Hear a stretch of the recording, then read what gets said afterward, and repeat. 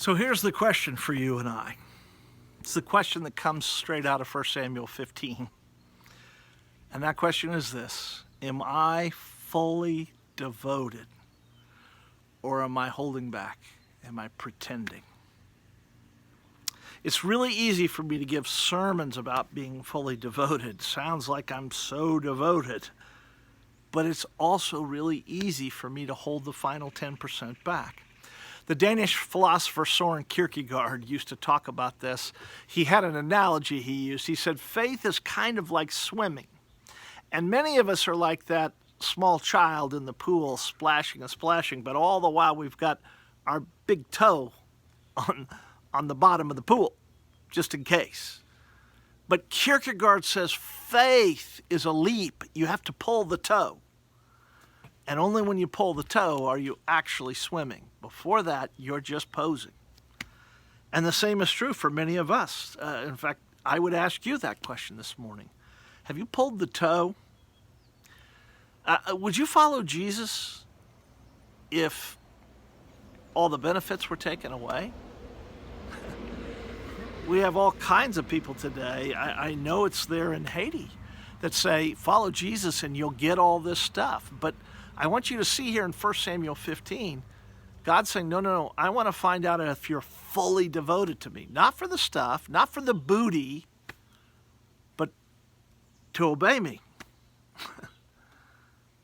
Do you know that many people, I know the little bit of Haitian culture I've seen, I know this is true, that many people disrespect Jesus because they see his servants looking for booty. In fact, I've heard from many Haitians who say, oh yeah, he's in ministry, which means he's going to start an orphanage and a school so he can raise money. Oftentimes, they do not see people who are fully devoted when they look at their leaders. They think, in fact, that only gullible, stupid people give their money to those folks, and that those people sometimes spend them on designer clothes and cars and trips, and so they can travel back and forth to the U.S. or Europe. That's what happens when the church is not fully devoted. The culture loses respect for the church. And I would ask that question of us in the context of Haiti. Have we lost the respect of the culture? There's a reason why at various points in church history, some who follow Jesus have taken vows of poverty because they wanted to cross off the list for the culture. We're not doing this for personal gain. We're not doing this because we want to get the booty, the religious stuff that comes with this.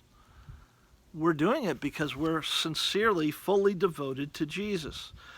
But when that doesn't happen, the culture gets cynical and they think, you guys are this is just the way you make a living. You run an orphanage so you can bilk money out of gullible people. Now, that may not be true at all.